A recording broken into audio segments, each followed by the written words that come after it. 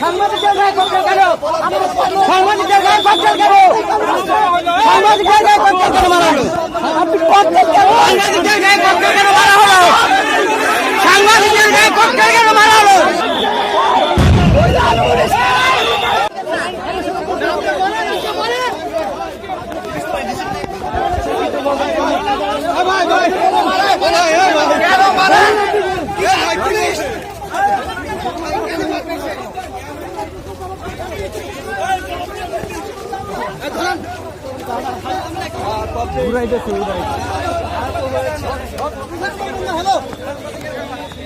Cocktail কেন মারছে সাংবাদিকের গায়ে?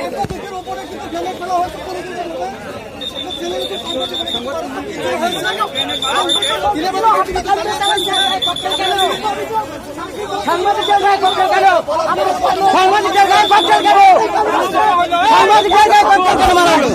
আপনি ককটেল কেন? সাংবাদিকের গায়ে ককটেল কেন মারা হলো? সাংবাদিকের গায়ে ককটেল কেন মারা হলো?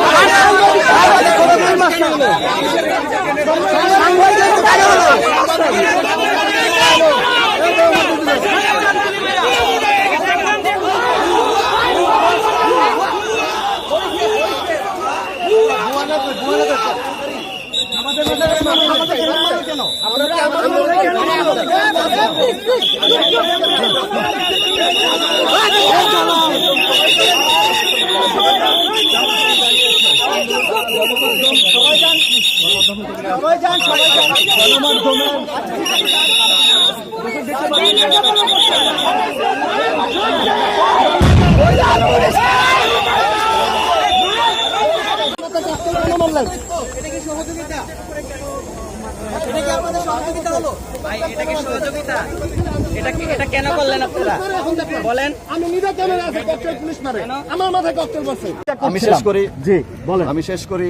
জি আমি শেষ না করে আপনার কথা বলছি। জি বলেন। জি আপনারা যেভাবে তাদেরকে ঘিরে রেখেছেন, কারণ এই জায়গাটাতে তো বিশ্ববিদ্যালয় কর্তৃপক্ষের পরিষ্কার নির্দেশনা আছে যে এখানে কোনো ছাত্র আসবে না, এবং তাদের সঙ্গে আপনারা দেখেছেন, শুরু থেকেই দেখেছেন যে তাদেরকে আমরা রিকোয়েস্ট করছি যে ভাই আপনারা চলে যান, ওই অঞ্চলে যান, এখানে আসবেন না। এটা বিশ্ববিদ্যালয় কর্তৃপক্ষের নির্দেশনা। তো সেটি আমরা এনশিওর করতে গিয়ে আপনারা যখন তাদেরকে ঘিরে ধরে রেখেছেন, তখন তো আমাদের পুলিশকেও আপনারা ওখানে ঢুকতে দিচ্ছেন না। আমরা ঘিরে রাখি, এটা আমাদের দায়িত্ব পালন করছি। কথা যদি একজন একজন করে বলা হয় তাহলে উত্তরটা দিতে ভালো হবে। আমরা আশা করব আপনাদের কাছে যে আইন শৃঙ্খলা রক্ষার কাজে সকলকে সহযোগিতা করা। আমরা সাংবাদিক বাহিনীকে এরকম একটা অনুভূতি আমাদের